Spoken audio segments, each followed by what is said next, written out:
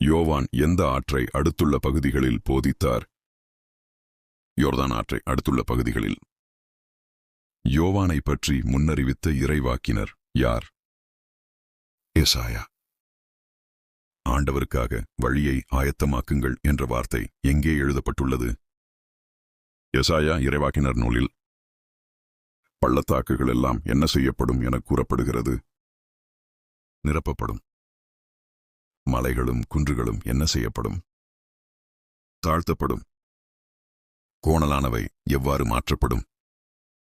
நேராக்கப்படும். கரடு முரடானவை எவ்வாறு மாற்றப்படும்? சமதளமாக்கப்படும்.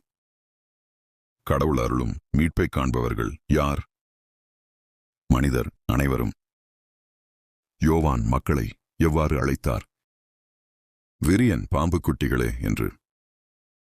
யோவான் மனம் மாறியவர்கள் என்பதை எவ்வாறு காட்ட வேண்டும் என்றார்?